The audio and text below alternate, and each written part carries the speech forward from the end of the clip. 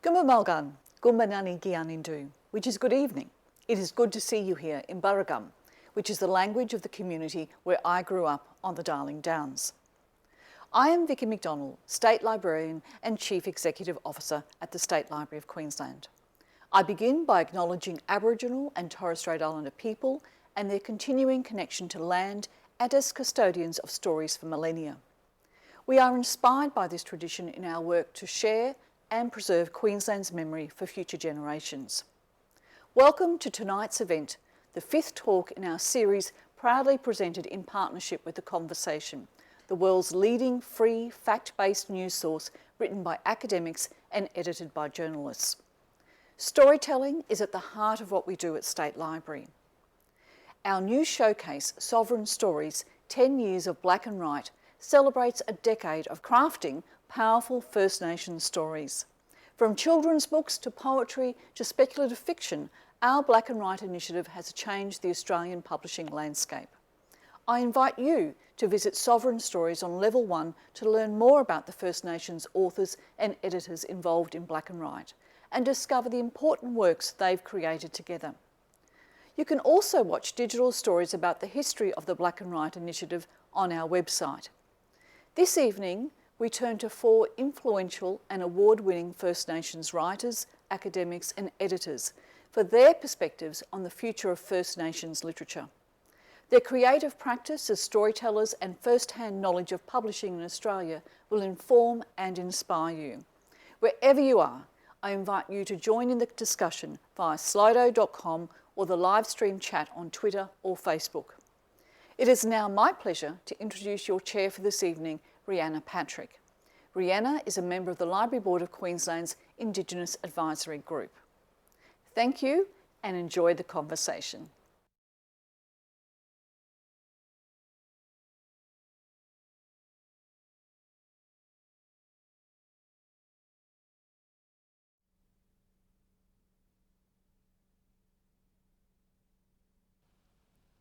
Thanks, Vicky, for that acknowledgement.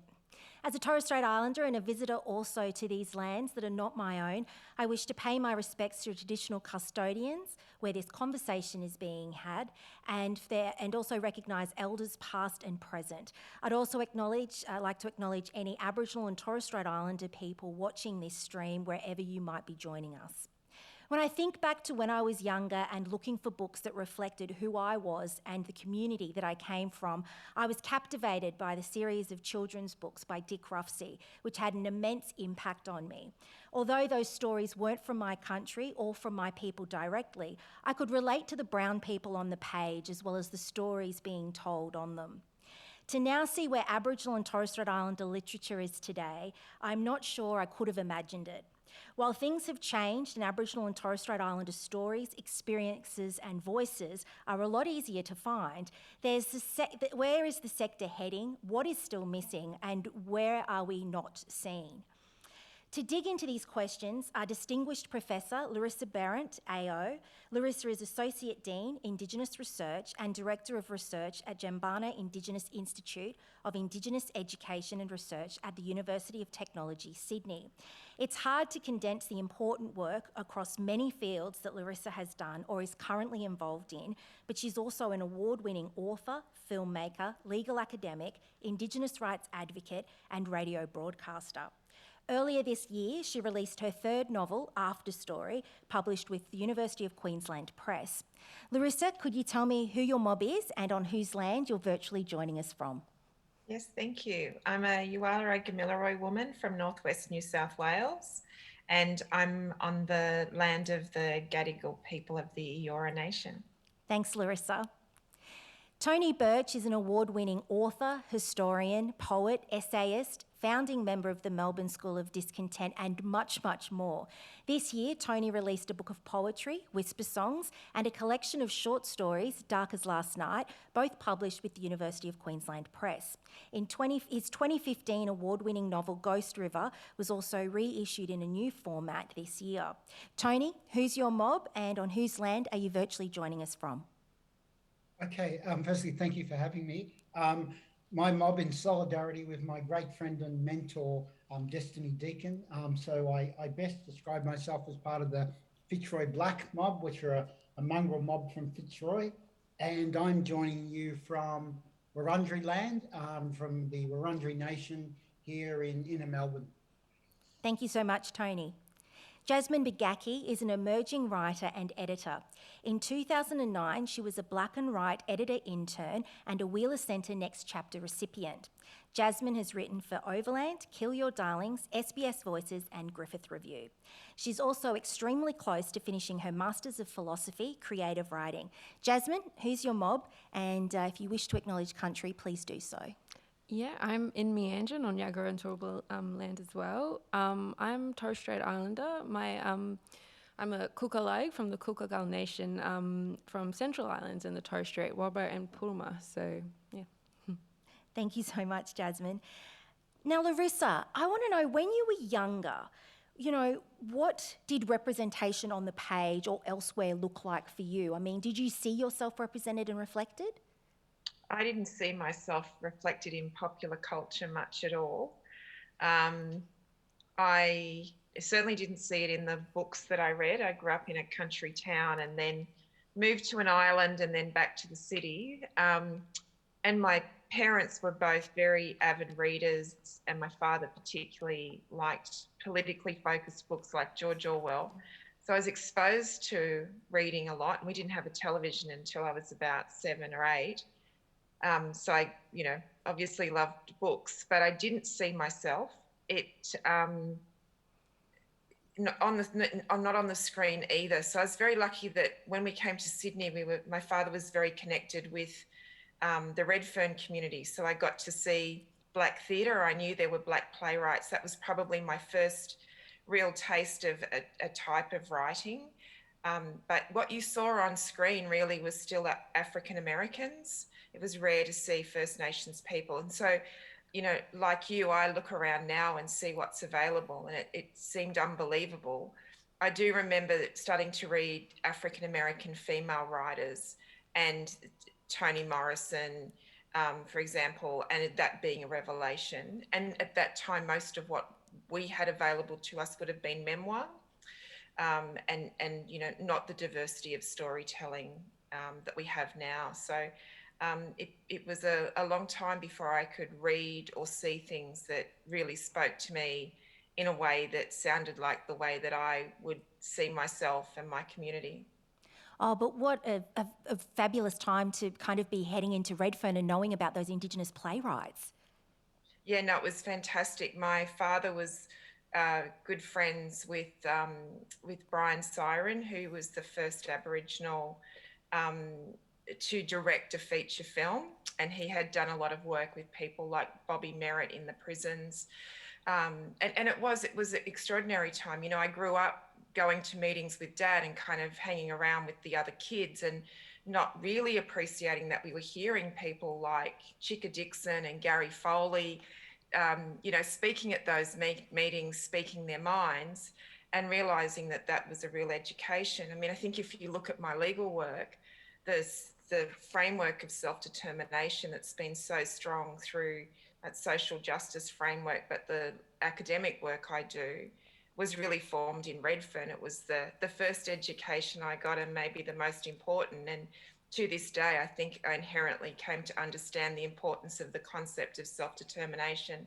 and community control. But, all of those amazing activists, and Gary Foley's a good example of that, were not just, doing things like setting up the medical service and the legal service. They were also performers and actors. And, there's Foley working with someone like Philip Noyce, teaching him how to work with Aboriginal people on storytelling. They were also, I think, really interestingly, not just looking at the politics, but really understanding that the storytelling, whether it was through film, whether it was through theatre, television, or actually through literature, was an important element of that. You can't have a rights framework or change our socio-economic and rights position without that hearts and minds thing. Plus, I think it was a really important thing for us as a community, having gone through so much by that point in terms of dispossession, the impact of colonisation, particularly removal of children, before we really started to, bring people back home again after that policy, that it was also a really important part of our own healing because we weren't seeing those stories elsewhere. It became even more important that we told them to each other. Well, from Redfern to Fitzroy and Tony, I mean, what was available Aboriginal and Torres Strait Islander writing-wise when you were younger?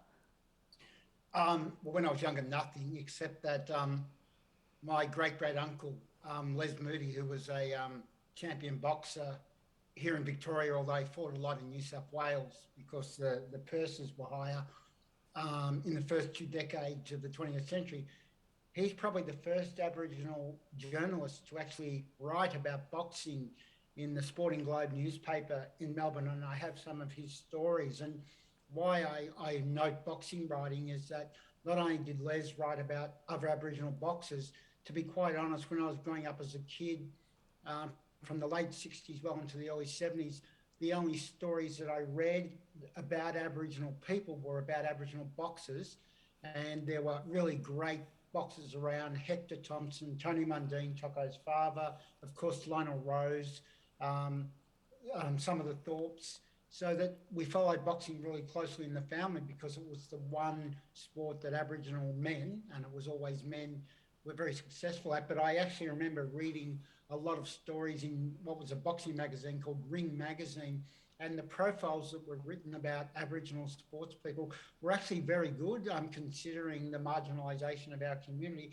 So I did get to learn about the background of people like Tony Mundine, in particular Hector Thompson, who was a great fighter who came out of Queensland. And those stories are really important. We took a lot of pride in those stories. The first Aboriginal writing, though, that I would have come across was coming out of Fitzroy. So particularly people like Bruce McGuinness, of course, the Thorpe family, again, who are a remarkable political family with an incredible political pedigree, which we witnessed in Lydia Thorpe being in the federal parliament today. And that writing would be produced on pamphlets.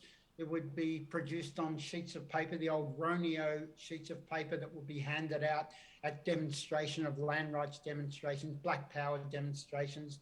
Of course, Gary Foley came to Melbourne in the mid-70s to be mentored by Bruce McGuinness. And a lot of the women in the Thorpe family, Marjorie Thorpe, Auntie Alma Thorpe, these women were remarkable activists. And a lot of the legacy of those women is through their public speeches. But again, the sort of writing that I would have been exposed to were political pamphlets that Aboriginal people in Melbourne were producing. The Victorian Aboriginal community is always, at a grassroots level, has always been a remarkably political activist community, and we still are. So it gave you a lot of pride and a knowledge of self, as Muhammad Ali called it in that great documentary When We Were Kings. You had a knowledge of self, which I still regard as very important. And I suppose, like Larissa, even though I was a sort of knock-around kid who rarely went to school, I was reading James Baldwin, The Fire Next Time, from a very young age. And James Baldwin is probably one of my political heroes, even though, again, he's African-American. What he wrote about and what he said about racism and colour, I think, was very relevant to Aboriginal people here in Australia. Similarly, by the way, the influence of the Black Power movement on people like Gary Foley and Uncle Bruce. And then I suppose, I think when we're talking about literature, the real legacy would be two people. First of all, Udra Noonuckle, or as I read her when I was a teenager, Kath Walker, and to read an Aboriginal poet in writing in a book published, taught in schools, was obviously a revelation. So I regard her as just an incredible guiding force to give me confidence to write. But probably the other one, and a bit later on, was Lionel Fogarty. I'm a good friend of Lionel's, but I should also regard Lionel as one of the major figures of literature of any group of people in Australia. I think he is a remarkable poet. And I read Lionel, from pretty much from the mid-'80s, and then I got to meet him. I've heard him read live, and to me, he's probably the greatest force of Aboriginal literature that I could name, and I still regard him as a major influence not because I write like him, because I don't think anyone could ever mimic Lionel, but just seeing the energy and the power of that person as a proud Aboriginal person is remarkably energetic. So I think with him and Udjurununakwa in particular, I learned to be confident that, rather than being pushed aside and being told that you can't do things, I think people like Udjurununakwa and Lionel Fogarty, they've reinforced that as Aboriginal and Torres Strait Islander people, we can do things that other people say we can't achieve. So obviously that legacy has continued through the many, many writers we have going around now, which is remarkably important, as Larissa also said.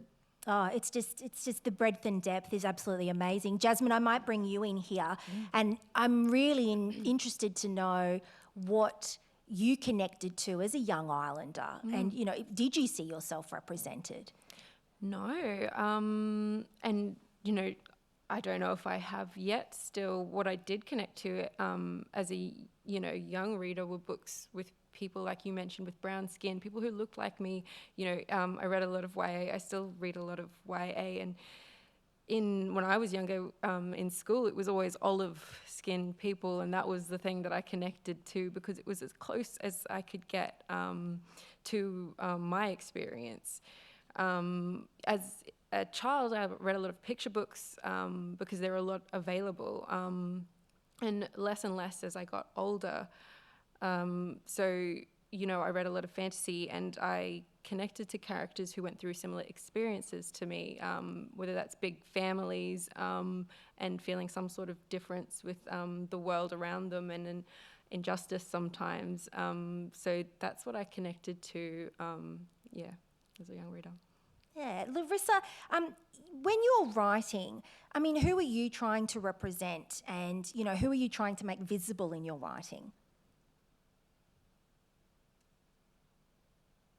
Take myself off mute.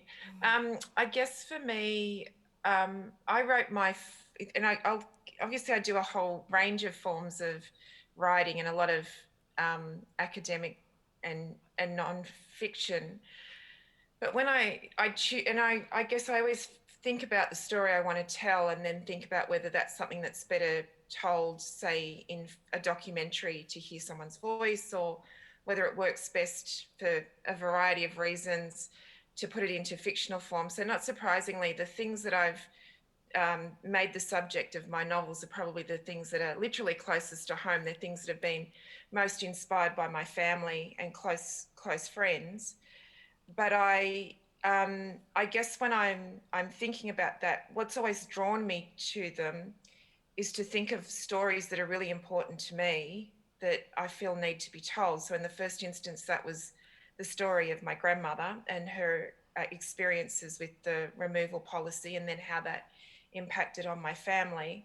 The second one was really written, I started it when my father was still alive, and it became a very important meditation for me on my relationship to him, but also my relationship to that era that he represented. And he was a complex man who had a very difficult life, and he was a great father, and I loved him dearly, but there was a lot of complexity there. And I felt like I really wanted to tell a story about him that came from a place of love, knowing what he went through to be the person he became. And then, this last one, there were a couple of things that I felt needed to be spoken about. One was the way in which victims of crime, or the families that I work with who've had that terrible experience in their family and have been seeking justice for decades, or similarly, families who've had a death in custody and also seeking justice sometimes for decades, that there are stories there that we hear that don't get heard, partly because of the focus on statistics and the inability to see our humanity behind those numbers. And I felt, to me, like that was something really important that I wanted to talk about. And the more I dug into it and brought the voices of my characters to life, they represent a couple of women in my life who have actually now both passed, older Aboriginal women who are incredibly important to me, which is why I felt like I wanted to capture their voices. So that feels like it's a real driver. And, you know, I think at the heart of it, this third novel is about my relationship with my mum. So I guess for me, there's a thing that draws me to those stories, because I feel like they're things that need to be told, and I can't find another forum in which it feels right. They're certainly not ready to tell the story. And I think in some ways, I come from a place of love in terms of, you know, how I write about my father, how I write about my mother, how I write about my grandmother, that I don't know that they necessarily would have seen for themselves. So it feels like, you know, those things kind of draw me to that, but they all feel like they're stories important to our community that need to be told. And I think when you are taking the risk, it always feels very risky to me to do that. I don't have you know, inherent confidence in my abilities as a writer, but I feel like for me, one of the great things is once those books have come out, all three of them have really had a great response from other First Nations people who either see themselves and their experience in that, or they know who those people are. And just finally, for me, having written Home, which was really about my grandmother, it was fictionalized, and it allowed me to have conversations with my father about his life that I don't think he would have been able to have with me otherwise, because I wrote about them in the book in a way that I think he felt I understood what it was like. So it gave me a chance to talk to him before he passed about something that we might never have otherwise spoken about. So in a way, also opening up the dialogue by what you're writing too, of being able to have those conversations within your own family. Yeah, and he obviously, it was his story in a way, but he passed without ever telling it. But it certainly did do that. I don't think, yeah, as I said, it was things that were so personal to him, and he'd never spoken about them to anyone. And I think if I hadn't have explored those thematics in the book, he perhaps wouldn't have felt like there was confidence and caring there, understanding for him to be able to say things that he'd obviously always left unsaid. Jasmine, when it comes to Torres Strait Islanders in the literary sector, I mean, how visible are Torres Strait Islanders? I would say not too visible. I feel like there's children's books out there. There's non-fiction. There's one traditionally published fiction book that I can think of by Terry Janke, Butterfly Song. There's no YA, so I don't think we're that visible yet. I think there are people out there storytelling, writing, and possibly publishing through other avenues, but it's not in the mainstream. And is that partly why you're really interested in terms of the stories that you've been telling, is very much about giving that insight, I guess, because you are sort of one of the few out there. And I mean, you mentioned Terry Janke, she's just had a new book come out. I guess we've got Thomas Mayer there, who's also got a book coming out very soon, has also had a couple of books published prior, but it is a very small cohort of you that are in this sector. I think so. That's partly why I like to put Torres Strait Islander characters in the few short stories that I've written, and centre Torres Strait Islander life in the little bit of non-fiction I've written, but to educate, but also for myself, because I like to relate to what I'm writing, and I can only write what I know at the moment, and that's what I know. About being a Torres Strait Islander. Tony, I'm going to come to you because I really love, particularly in your short story collection, but also how that ties in with whisper songs and your poetry, the way that you focus your writing particularly on everyday people and those, seeing those people that you grew up with in your neighbourhood as well. And I wonder, what is it about giving voice to these experiences that is what leads you to write about this? It's two things. Partly it's partly based on your experience, that issue about what you know. But for me, it's much more than that, in that it's about, in a sense, making the invisible visible. It's about making sure that people who are ignored, obviously in an urban situation, Aboriginal people, but also impoverished white people. Talking about the Torres Strait, one of my lifetime mentors, one of the most important people in my life was Auntie Eleanor Harding, who was from Darnley Island.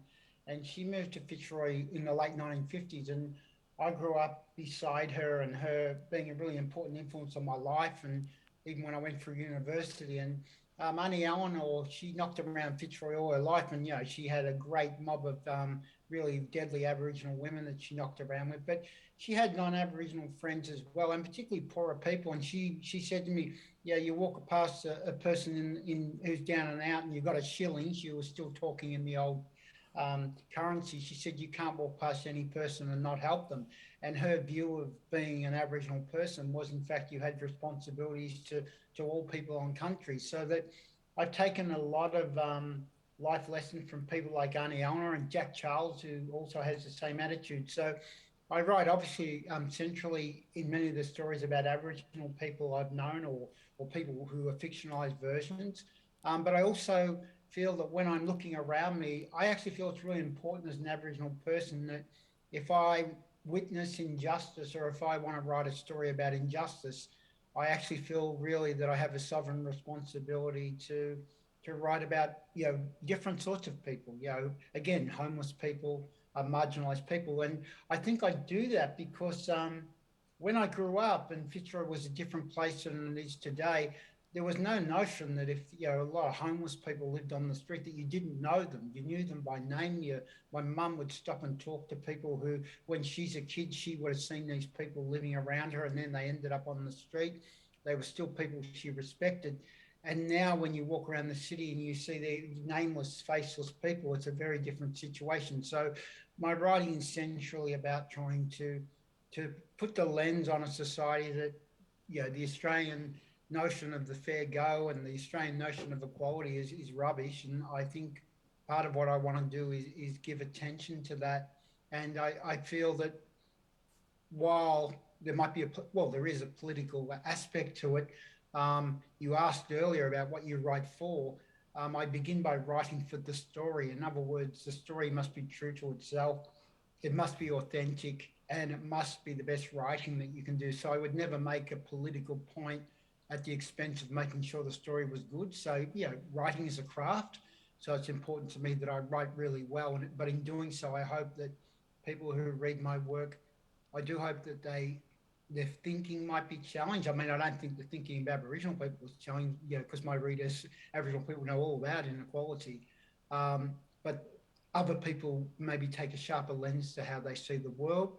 And I suppose the only other thing would be to say, and Larissa touched on this, is that when I wrote The White Girl, which was a novel that focused very, very closely on two Aboriginal people, grandmother and granddaughter, Odette Brown and their granddaughter Sissy, I probably took a very particular responsibility to that book, that this was a vital Aboriginal story.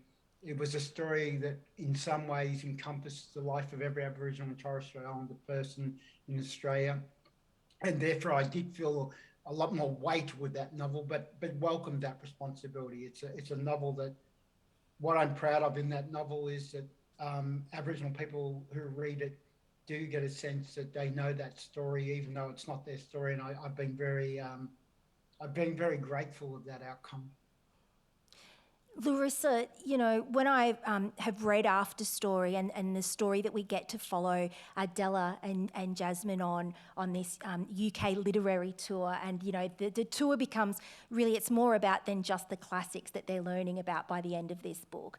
And I guess I was interested in understanding, because I felt like there's a lot in this book where we get to understand the moments of exclusion, the moments of othering that Della and Jasmine have felt at different points in their life, different events that have happened. And I don't know if that's something that I've just read into, or if you deliberately did that. And so I guess I'm wondering, was it also about talking about exclusion in a different way as well in what you do in After Story? Yeah, obviously there's lots of different ways to read it, but it was certainly, I guess people were surprised to think that I'd said a story that to me feels so inherently a First Nations story, primarily in the land of the colonizer as opposed to here. But I did like the idea that, it was turning that on its head, of people coming here to study us, that Della and Jasmine were going there to study the colonisers. And I guess it was also thinking about the fact that, I think for me, the experience of going overseas has been really profound because, we've got very tight-knit communities, and in a way, I'd always been defined by that, and not that I bristle against it. I'm really proud to be defined by my father, being my father's daughter and my brother's sister, etc. But I guess what going overseas gave me when I went over there to study for several years was it allowed me to see how politicized we are back here. And that became really important for me in terms of understanding how to see really how colonization tries to trap us. So that weird experience of being invisible and non-political, where here we only have to go into a classroom or a courtroom, anywhere, a library, and there's already a political action taking place by virtue of our relationship to the colonizer in those institutions. So I've been very fascinated by what we learn about ourselves when we go overseas and travel. And I think for those of us who remember what that was like before the pandemic, you can spend a lot of time or a little time and you still do get that. I mean, you can go anywhere in Australia really, and it's outside of your comfort zone, but we're still in that colonial relationship, but outside of that becomes a different way.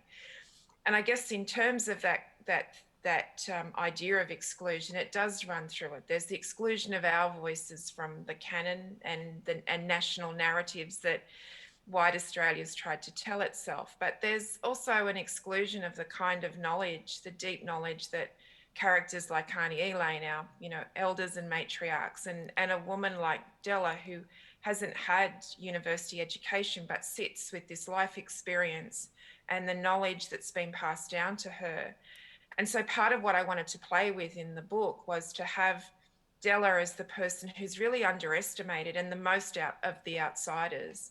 And then there's a point in the book where her storytelling comes to the forefront, because it's not really what she's learnt about the European literature. It's how being in this space has given her time to re-engage with Auntie Elaine's stories. And there's a moment in the book where she starts to tell one of those stories to one of the other characters. And that's the moment where she starts to find her own voice and her own kind of growth into understanding that she's now going to have to take that eldership on in the community, and she's just at the beginning of that journey. So there was a range of ways of wanting to show that there's an exclusion in terms of where we sit within the colonial context and the canon, but also how in our own ways there's just a rich a rich set of knowledges and stories that are very much inherent to who we are, and everyone else has excluded themselves from that. They're the poorer for it.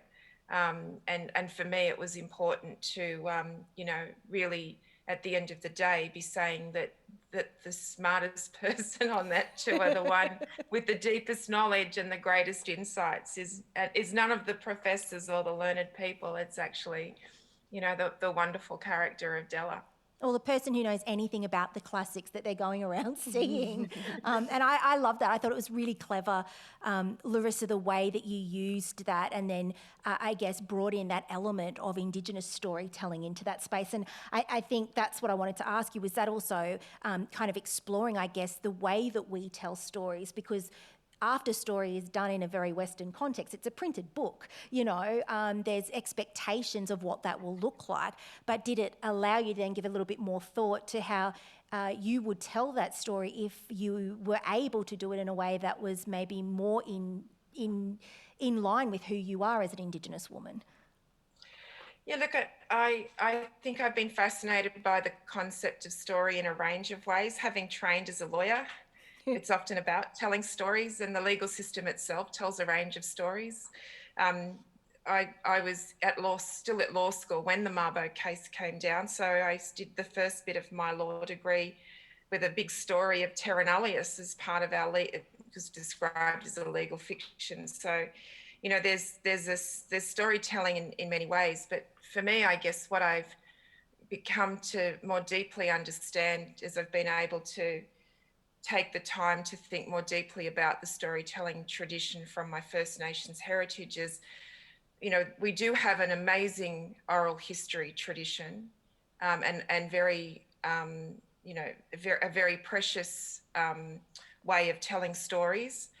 I think we understand the complexity of that, but even when people have seen it from the outside, they really underestimate how much knowledge is in there. And, for example, our cultural stories, people refer to as Dreamtime stories, are often put in children's books as though they're little fables.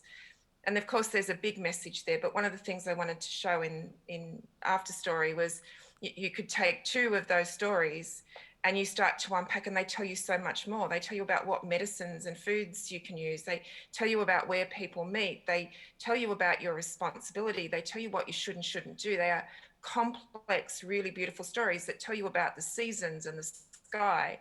And that so we have that thing. And I guess for me too, having delving into, I love broadcasting because it's a way of giving space for other people to tell their stories, which is why I like documentary film. I think what I see with the creative First Nations people that I have the privilege to mix with across a range of creative practices, whether that's writing or filmmaking, performing arts, for me, it is the same tradition. We just we adapt that storytelling. So I think we're past the stage where we're confined by the fact that this is a Western thing. I think what we do really inherently, the stronger we are in our culture and the more determined we are to be, I think as Tony's work is really authentic in terms of its voice and experience. We meld that art form to our own culture. I think we've co-opted it in that storytelling. We don't tell stories the same way as white people still tell them, even if they are in a printed book or on film. And I think that's just, to me, it seems like it's the next evolution of a resilient culture that's been around for over 65,000 years. Oh, for sure. Just a reminder that very soon I'll be taking your questions for Larissa, Tony and Jasmine. So please send them through on slido.com, enter the hashtag SLQ the conversation, and you can also vote up questions on that platform. And you can also post your questions in the comments field on Facebook or in the chat box next to the viewing window on the State Library's website. And those questions will be sent through to me. Jasmine, I might come to you and move through to, I guess, being in the space that you're in and what it is that you're excited to see at the moment when it comes to Aboriginal and Torres Strait Islander writing. I am excited to see some speculative fiction coming through next year. That's, it's my favourite genre to read. I love to read fantasy and sci-fi and a little bit of romance as well. So a couple of anthologies next year I know of that feature people of colour or First Nations storytellers I'm very excited about. Oh gosh, I'll read anything, honestly. But I mean, if we're talking about young adult fiction, for instance, and it is something that we both read and we have conversations quite a bit about it, I guess I'm wondering about the importance of something like the State Library's Black and White Writing Fellowships in really building that space of giving us, in the last 10 years, this growth in Indigenous young adult fiction. Yeah, Black and White has been has put out a lot of YA, I think I've read, and speculative fiction YA too. There's space stories, there's magic, there's a whole lot of stuff in the YA category as well. I think Black and White is important for more than just the writing they put out too, because I went through the program as an editor intern, so they're training First Nations people to edit First Nations work, and it's one of the best experiences I've had. It's a safe circle to learn with really generous support. So that's also why I think it's important. When I think about my writing, I would love to have a Torres Strait Islander editor work on it, but I don't know if I know any that exists other than myself at the moment. Edit your own book. But what would you'd like to see more of in this space? Yeah, I'd like to see people telling, as we've spoken about, telling stories that they know, but also just telling stories that they love, and writing not for what they think people might want to hear. It might be those stories about everyday people. It might be the fantasy that might not have anything to do with their culture or real life. That's what I'm hoping for. So kind of more about the story, less about how Indigenous it is, perhaps. Possibly. I mean, both, all of it. I think particularly for Torres Strait Islander writers, because there is so little at the moment out there. I'm keen to see more Torres Strait Islander poets, more Torres Strait Islander short story writers, and fiction and non-fiction. That's what I'm keen for. Yeah. Tony, if I come to you sort of about, what that future looks like, what does the future of Indigenous writing need to be in this country? Well, look, I think it's really mixed. On the positive level, I think that the number of writers working across the field in so many different genres has grown incredibly in the last decade. When I first started to go to writers' festivals, usually you'd be lucky if there was another First Nations writer there. So you'd go to present your work, you'd end up with an argument because everyone in the audience would turn on you and ask you the most ridiculous questions which weren't about your work. Now when I go to writers' festivals, there's always at least half a dozen of our writers there. We always back each other up, we look after each other, and it's just a great feeling. In the older brigade, of course, they've been remarkable. Yeah, we've had 4 Miles Franklin winners in the last 15 years or so. So Kim Scott, Melissa Lukashenko, Tara Jim Winch, Alexis Wright. I know Melissa's worked very well, and I've been a great follower of her work. But also, I'm really excited. There are so many younger mob coming through. So I've been involved doing interviews in the last 6 months with Evelyn Nauraluan on her Drop Bear book. Jasmine's new collection is one that I read and endorsed very early on. So part of me is really excited. There are so many younger people in particular writing, but just thinking about that. So this wonderful conversation about Torres Strait. I was listening to Radio National this evening, and people from the Torres Strait were talking about the terrible situation they're facing in relationship to rising seawaters because of climate change, and talking with great passion and great spirituality about the loss of land, the loss of ancestral burial sites, the possibility that young Torres Strait Islander people won't be able to live on country any longer. And it's a really desperate, tragic story. The reason I raise that is that I don't know enough about Torres Strait Islander history, knowledge and culture, which would help me understand the depth of that. So therefore, in relationship to poetry, speculative fiction, which deals with climate change very well, actually, I would love, as it's just been talked about, to get access to much more writing from the Torres Strait Islander community, which would improve my sense of knowledge. So I've worked in the climate change space, the protection of country space. So I know the academic and research side of it, but as we've just talked about, I don't know the depth of cultural stories behind it. So we need that. We also need, of course, First Nations people working right across the industry, not just as writers, but again, it's just been spoken about as editors, publishers, publicists, booksellers. We want our younger mob coming through to have knowledge and experience right across the sector, because that'll be helpful to our writers. And to end possibly on a dampener, but I need to say this, that there's just been a recent report done on the literacy rates across Australia, which are appalling. And of course, Aboriginal and Torres Strait Islander people, although there's been some improvement, the fact that I know that I can write a book like The White Girl, and there are Aboriginal and Torres Strait Islander people who cannot read my book. I mean, they could listen to my book on audio, that's fine, but they want to be able to read. They want to be able to put something on paper. And yes, of course, we're coming from an oral culture, but it's important to be able to read and write. And we have people in our communities, young people and older people, who still haven't been given the right, the fundamental human right to read. And I see that for me as a really important project. I'm becoming involved in a project in New Year, working with elders who want to improve their literacy. And this is what we need to do. We need to make sure that all of our people get the opportunity to read our work, but of course that they get the right to tell their own story. And I think this is one of the issues that probably will inform what I do outside my own writing in years to come. It's an important point to make, Tony, and thank you.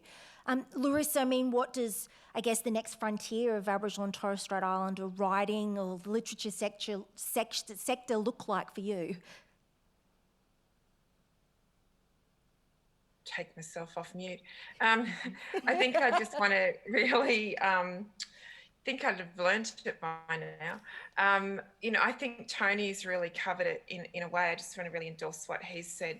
It's an exciting time, especially if you think back to what it was like when we were growing up. And I too think it's, really exciting that First Nations writers now don't see any boundaries in terms of genre or subject matter. I'm also, like Tony, really interested to hear more about the First Nations experiences that I don't know. I'm very excited, as Jasmine knows, about her increasing commitment to writing and finding her voice. I think that's, that, like Tony, I think that's a really interesting world that I haven't had a chance to see. I recently had to update my Dummies book after 10 years. And one of the things that really excited me about that was the 2 chapters that took me the longest were the ones on literature and the ones on film and television.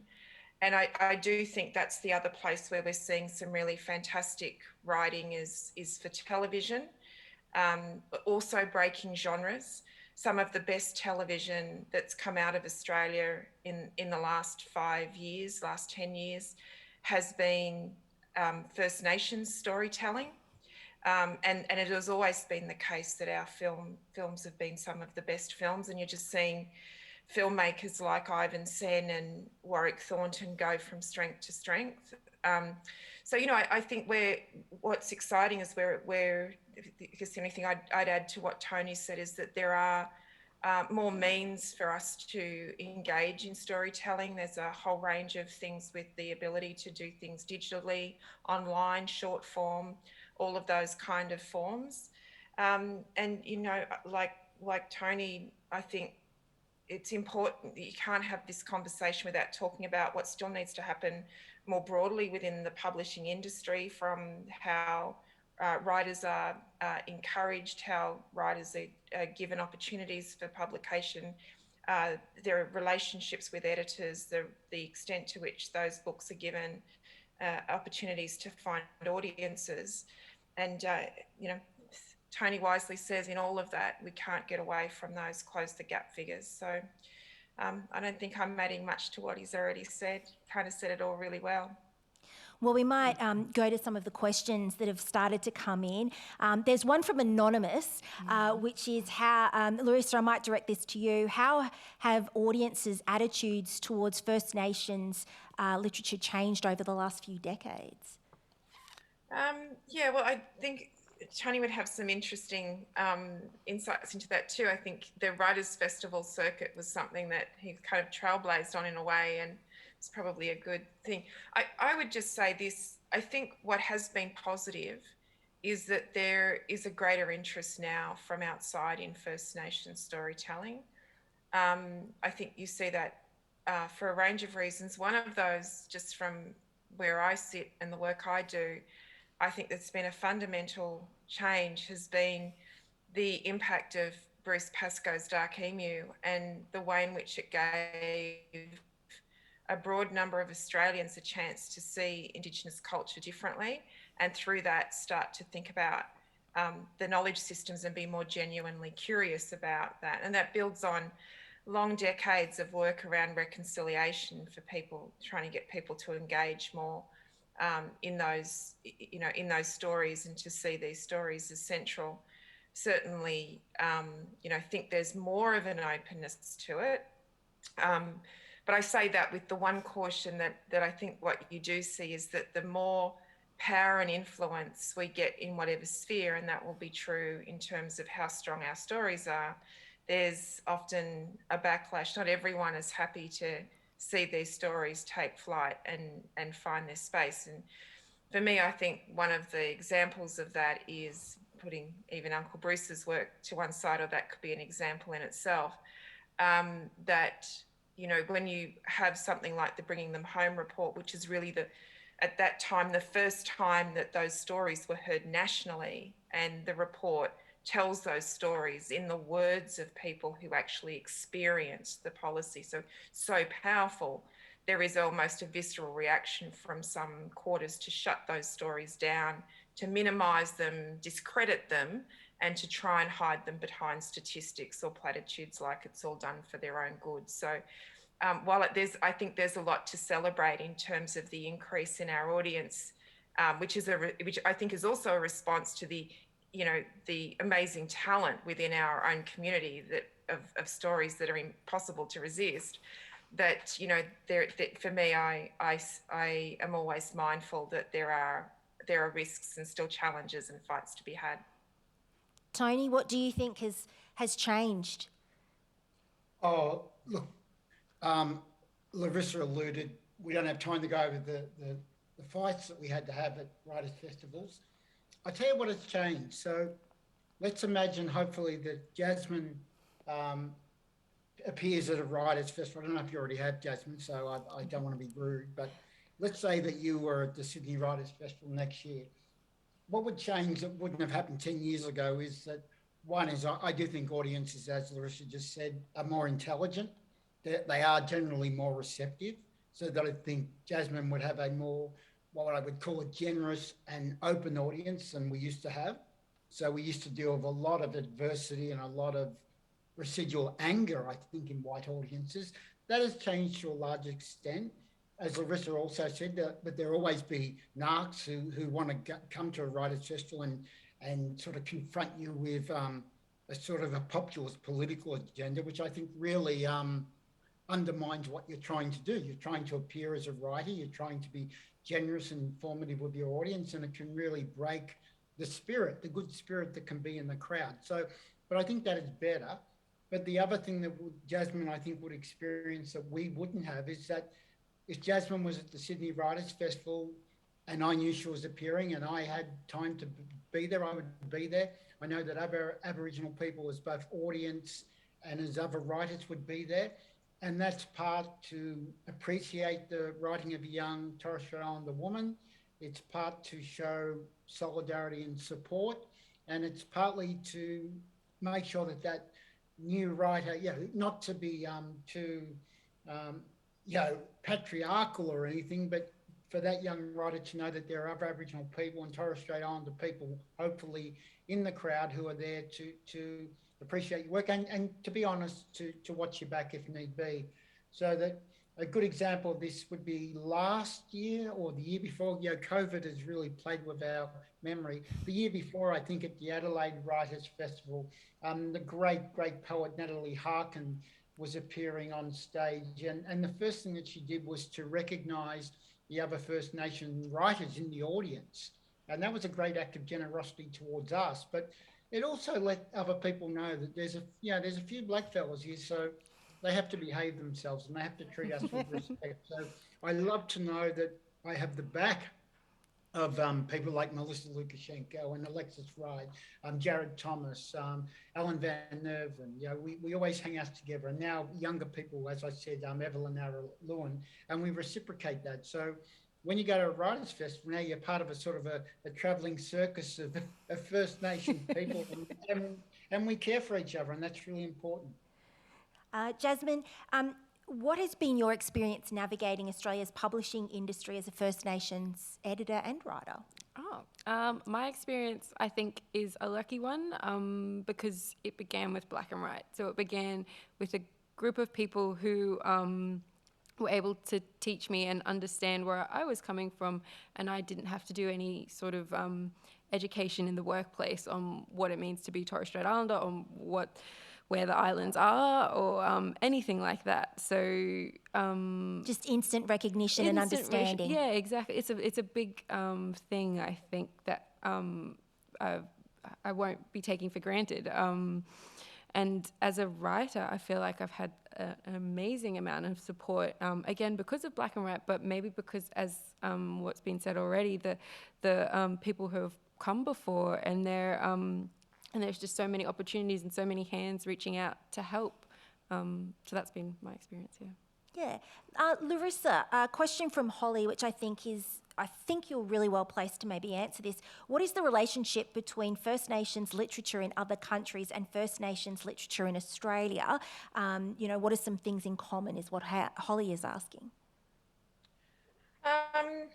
Look, I think Tony and I both mentioned in our early reading, we reached out to African American writers, and there is a huge, I guess, a synergy. There's a political history that goes all the way, back, particularly strong from the 1920s in terms of that. And I think what we have seen is more recently, as other First Nations writers around the world, particularly from New Zealand, from the United States, Canada, there has been more of an exchange there as well. I think there's a deep understanding that we talk about similar issues because of colonisation. We have very similar issues in relation to the contemporary issues we're looking at now, which of course includes the issue of missing Aboriginal women and the way in which victims of crime are treated.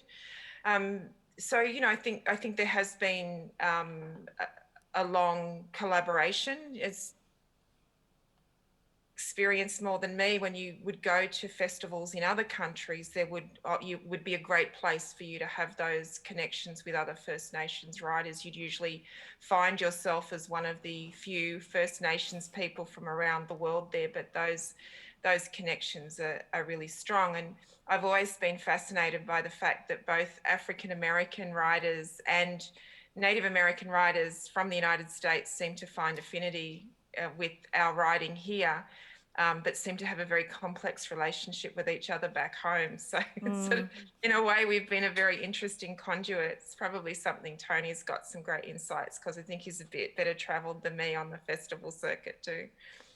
Tony, we've got a couple of minutes. Did you want to add to what Larissa has said about, I guess, those similarities between us and our relatives overseas? Yeah, well, apparently I've also got to notice that I'm now in the dark and people can't see me, but that's probably all the better for the audience. Look, I just quickly add that one of the things that you find is that when you read other First Nations writers from other countries, you both gain an education and insight of issues you didn't know. And of course, you do find those commonalities. So particularly with Māori writers, certainly writers that I've read from Turtle Island, from North America, particularly from Canada. I read, say, books about the Métis, who are Indigenous First Nations communities in Canada, and their experience of sometimes marginalisation in that country, and sometimes marginalisation they've experienced at the hands of other First Nations community, I find very reflective of growing up in Southeastern Australia. So yeah, there is a lot in common. And I think, as Larissa alluded to, I think particularly different writers from colour from around the globe, generally. The only exception I would say that I think that some African-American writers, we do have to understand that colour and class need to come into play here.